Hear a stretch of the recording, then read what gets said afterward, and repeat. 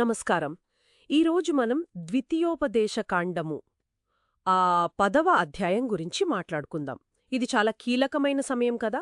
అవునవును. ఇశ్రాయేలీలు ఆ బంగారు దూడను పూజించిన తర్వాత మోషే కోపంతో ఆ మొదటి పలకల్ని పగలగొట్టేశాడు. హ్మ్. అది చాలా తీవ్రమైన సంఘటన. ఆ తర్వాత దేవుని కోపం చల్లారిన తర్వాత అనుకుంటా దేవుడు మళ్ళీ మోషేతో మాట్లాడుతున్నాడు. ఈరోజు మనం దేవుని కనికరం, ఆ తర్వాత వచ్చిన మార్పులు, ఇంకా గతాన్ని గుర్తుంచుకోవడం గురించి కొంచెం లోతుగా చూద్దాం. అవును. ఇది ఒక రకంగా క్షమాపణ పునరుద్ధరణకు సంబంధించిన ఘట్టం. అంటే దేవుడు తన ప్రజలతో ఆ సంబంధాన్ని మళ్ళీ సరిచేసుకోవడానికి సిద్ధపడ్డాడు. నిబంధన పునరుద్ధరణ అంటారు కదా. సరిగ్గా అదే. నిబంధన పునరుద్ధరణ. ఇది కేవలం షరతులు గాదు. ఆ బంధాన్ని కొనసాగించాలనే దేవుని సంకల్పం అన్నమాట. చాలా బావుంది. సో మన చర్చకు ఆధారం ద్వితీయోపదేశకాండము 10వ అధ్యాయం. ఇందులో కొత్త రాతిపలకలు, లేవీయుల ప్రత్యేక పాత్ర, దేవుడు ప్రజల్నుంచి నిజంగా ఏమి కోరుకుంటున్నాడు అంటే భయం, ప్రేమ, విధేయత ఇలాంటివన్నీ ఉన్నాయి. అవును. ఆ కాలం వాళ్లకివి ఎంత ముఖ్యమో దేవుడి స్వభావం గురించి, ఆయన ఆశయాల గురించి ఇది ఏం చెబుతోందో అర్థం చేసుకోటానికి ప్రయత్నిద్దాం. తప్పకుండా. దీని అంతరార్థం ఏంటో చూద్దాం. వాళ్ళు అంత పెద్ద తప్పు చేసినా దేవుడు వాళ్లతో ముందుకు వెళ్లటానికి నిర్ణయించుకున్నాడు. ఇది గమనించాల్సిన విషయం. సరే, మొదటగా దేవుడు మోషేను మళ్లీ కొండపైకి పిలిచాడు కదా. అవును. ఆ పగిలిపోయిన పలకల స్థానంలో సరిగ్గా అలాంటివే కొత్తవి చెక్కుకొని రమ్మన్నాడు. ఇంకా ఒక తుమ్మకర్ర పెట్టె అంటే మందసం సిద్ధం చేయమన్నాడు. అవును. వచనం 1-3 వరకు అదే ఉంది. ఈ కొత్త పలకల అవసరమేంటి? కేవలం పాతవి పోయారి కాబట్టి కొత్తవా, లేక ఇంకేమైనా ఉందా? ఇది కేవలం రీప్లేస్మెంట్ కాదు, అంతకంటే ఎక్కువ. ఇది దేవుని కనికరానికి, ఆయన నిబంధన పట్ల ఆయనకున్న స్థిరత్వానికి గుర్తు. వాళ్ల పాపం ఆ నిబంధనను పూర్తిగా రద్దు చేయలేదు. దేవుడు తన 10 ఆజ్ఞలను, ఆ 10 మాటలు వాళ్ల జీవితానికి ఆధారం, వాటిని మళ్లీ ఆ కొత్త పలకలపై స్వయంగా రాశాడు. అవును, 4వ వచనంలో ఉంది. తర్వాత మోషే ఆ పలకలను తను చేసిన ఆ మందసంలో పెట్టాడు. 5వ వచనం. ఇది దేవుని చట్టం వాళ్ల మధ్యలో, వాళ్ల జీవితాల్లో కేంద్రంగా ఉండాలని చూపిస్తుంది. ఆ మందసం దేవుని సన్నిధికి, ఆయన నిబంధనకు ఒక శాశ్వతమైన గుర్తుగా మారిందన్నమాట. ఆ పలకలు మందసంలో పెట్టడం ఓకే. ఆ తర్వాత 6-7 వచనాల్లో వాళ్ల ప్రయాణం గురించి కొన్ని వివరాలున్నాయి. అవును. కొన్ని చారిత్రక సంఘటనలు. బేయోరోతు బెనేయాకా నుండి మోసేరుకు వెళ్ళినప్పుడు అక్కడ అహరోను చనిపోయాడు, ఆయన కొడుకు ఎలియాజరు యాజకుడయ్యాడు. ఆ తర్వాత గుద్గోదాకు, అక్కడ్నుండి యొద్బాతాకు వెళ్లారు. ఇవి జస్ట్ హిస్టారికల్ పాయింటర్స్ లాంటివా? అవును, అవి చారిత్రక వివరాలు, వాళ్ల ప్రయాణంలో ముఖ్యమైన మజిలీలు. అయితే ఈ ప్రయాణం కేవలం భౌగోళికంగా సాగడమే కాదు, అదే సమయంలో దేవుని ప్రణాళికలో ఒక కీలకమైన ఏర్పాటు కూడా జరిగింది. ఓ అలాగా, ఏంటది? సరిగ్గా ఆ సమయంలోనే, అంటే ఆ ప్రయాణంలోనే దేవుడు లేవి గోత్రాన్ని మిగిలిన ఇశ్రాయేలీల నుంచి వేరుపరిచాడు, ఒక ప్రత్యేకమైన పనికోసం నియమించాడు. 8వ వచనం ఇదే చెబుతుంది. లేవీయుల ఎంపిక ఇది ఎప్పుడూ ఆసక్తిగానే ఉంటుంది. ఎందుకు వాళ్ళని ప్రత్యేకించారు? వాళ్ల పనులేంటి? దేవుడు వాళ్లకు 3 ముఖ్యమైన, చాలా పవిత్రమైన పనులు అప్పగించాడు. 1. యెహోవా నిబంధన మందసాన్ని మోయడం. ఆ పవిత్రమైన పెట్టెను. అవును, అది చాలా గౌరవప్రదమైన పని, అదే సమయంలో ప్రమాదకరం కూడా. 2. యెహోవా సన్నిధిలో నిలిచి సేవ చేయడం, అంటే పరిశుద్ధ స్థలంలో యాజకత్వ సేవలు, ఆరాధనలో సహాయం చేయడం. ఓకే. 3. ఆయన నామంలో ప్రజలను దీవించడం, దేవుని ప్రతినిధులుగా ఆశీర్వాదాలు పలకడం అన్నమాట. ఈ పనులు వాళ్లను దేవునికి, ప్రజలకు మధ్య ఒక రకంగా వారధులుగా నిలబెట్టాయి. మరి వాళ్ల జీవనోపాధి సంగతేంటి? 9వ వచనంలో ఉంది కదా, మిగతా గోత్రాల్లాగా వాళ్లకి భూమి స్వాస్థ్యంగా రాలేదట, యెహోవాయే వారికి స్వాస్థ్యం అని ఉంది. దీనినెలా అర్థం చేసుకోవాలి? ఇది వాళ్ల ప్రత్యేకమైన పిలుపును చూపిస్తుంది. వాళ్ల దృష్టి దేవుని సేవ మీదే ఉండాలి, భూసంబంధమైన వాటిమీద కాదు. యెహోవాయే వారికి స్వాస్థ్యం అంటే వాళ్ల అవసరాలు, పోషణ అంతా దేవుడే చూసుకుంటాడని వాగ్దానం. అంటే ఎలా? వాళ్లు దేవాలయానికి వచ్చే దశమభాగాలు, ఇతర అర్పణల ద్వారా పోషింపబడతారు. ఇది వాళ్లు దేవుని మీద పూర్తిగా ఆధారపడాలనే అవసరాన్ని, వాళ్ల సేవ ప్రాముఖ్యతను నొక్కి చెబుతుంది. వాళ్ల గుర్తింపు భూమితో కాదు, దేవునితో ముడిపడి ఉంది. అది నిజంగా చాలా ప్రత్యేకమైన ఏర్పాటు. ఇక 10వ వచనంలో మోషే తన మధ్యవర్తిత్వ పాత్ర గురించి మళ్ళీ చెప్తున్నాడు. అవును, గుర్తు చేస్తున్నాడు. మొదటిసారిలాగే రెండోసారి కూడా 40 పగళ్లు 40 రాత్రులు కొండమీద ఉన్నానని, ప్రజల కోసం దేవుణ్ణి బ్రతిమాలాడానని అంటున్నాడు.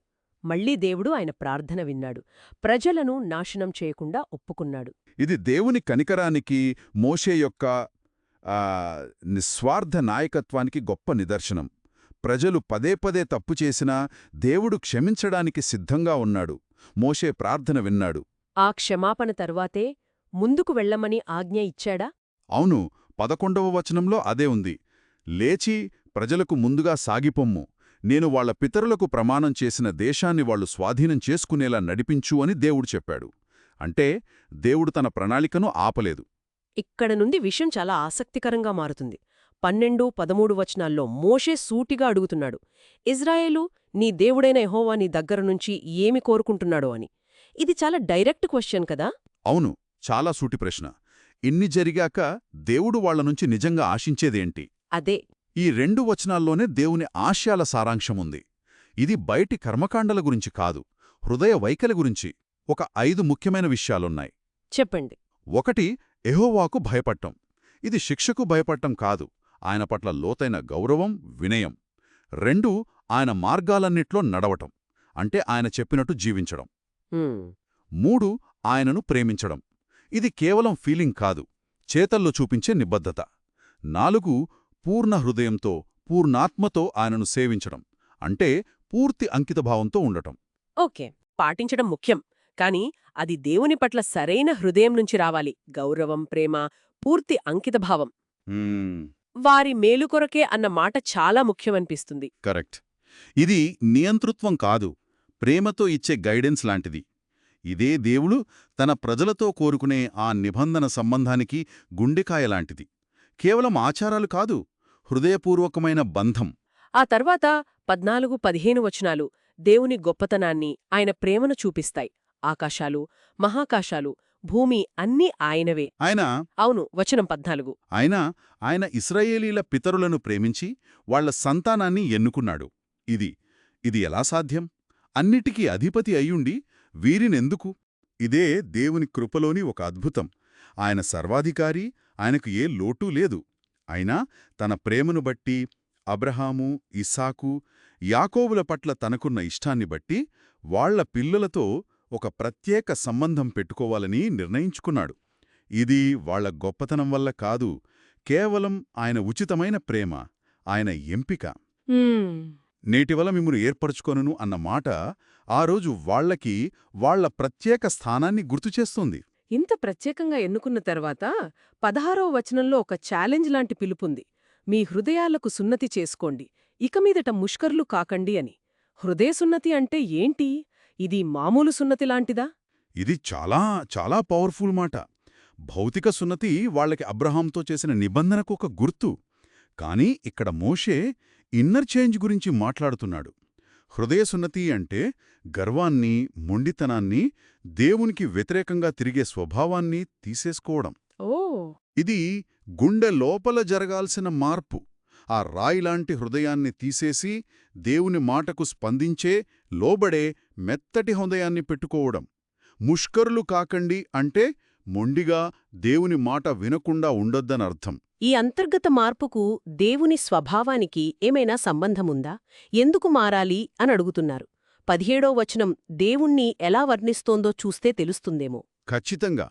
వాళ్ళు ఎందుకు మారాలి అంటే, వాళ్ళు సేవిస్తున్న దేవుడు ఎలాంటివాడో చూడండి అంటున్నాడు మోషే.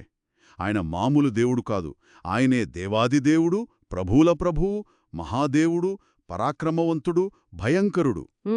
కాని అంత శక్తిమంతుడైనా ఆయన నీతిమంతుడు, పక్షపాతి కాదు. అంటే హోదాను బట్టి చూడడు, లంచం తీసుకోడు, న్యాయాన్ని వంచడు. ఇంత పరిశుద్ధుడు, నీతిమంతుడు అయిన దేవుని ప్రజలు కూడా తమ జీవితాల్లో ఆ మొండితనం వదిలేసి నీతిగా ఉండాలి కదా.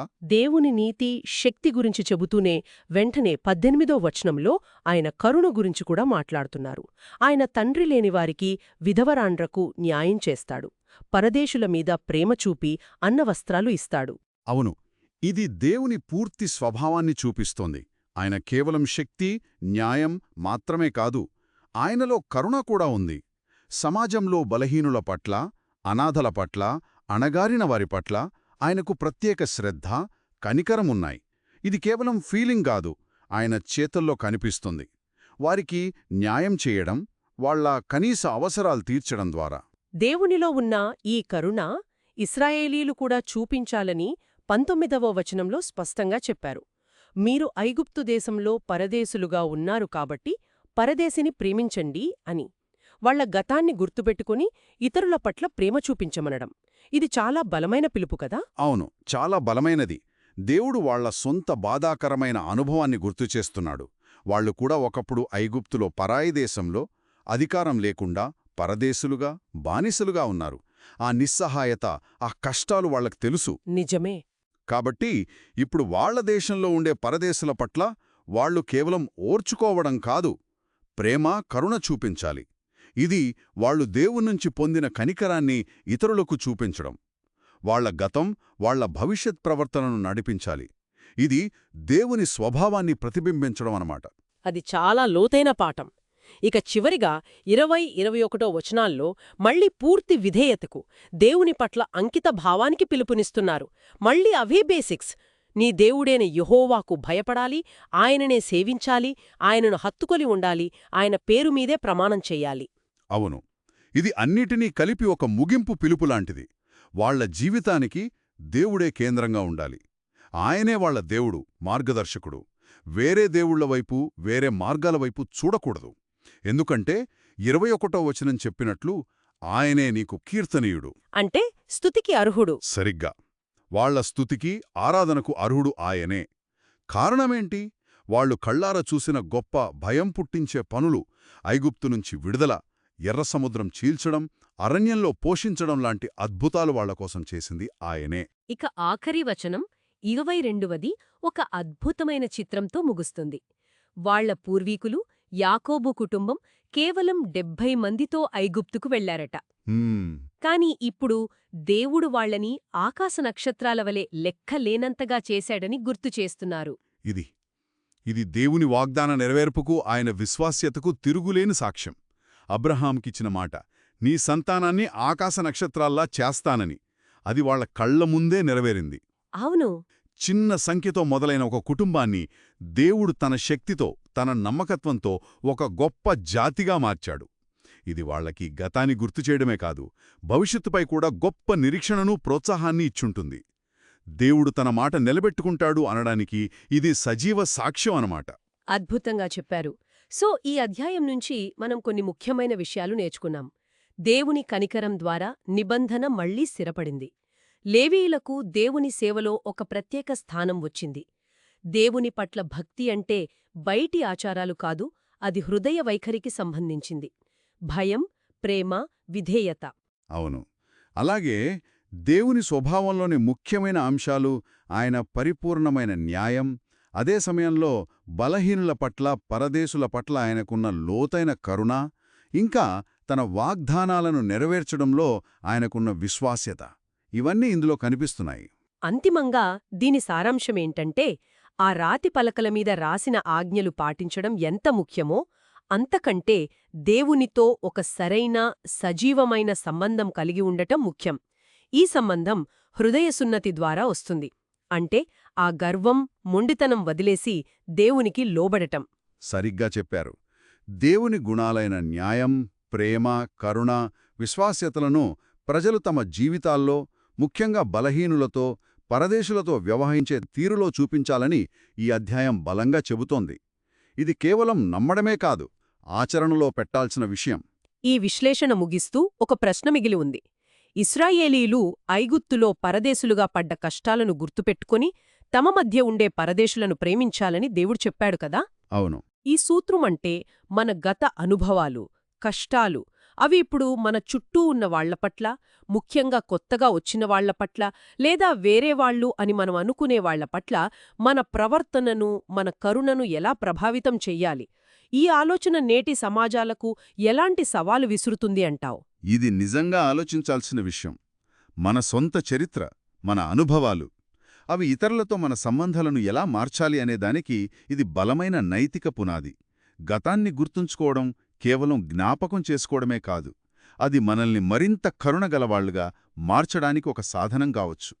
ఈ సూత్రం నేటి ప్రపంచంలో మన ప్రవర్తనను ఎలా మార్చగలదో లోతుగా ఆలోచించాలి.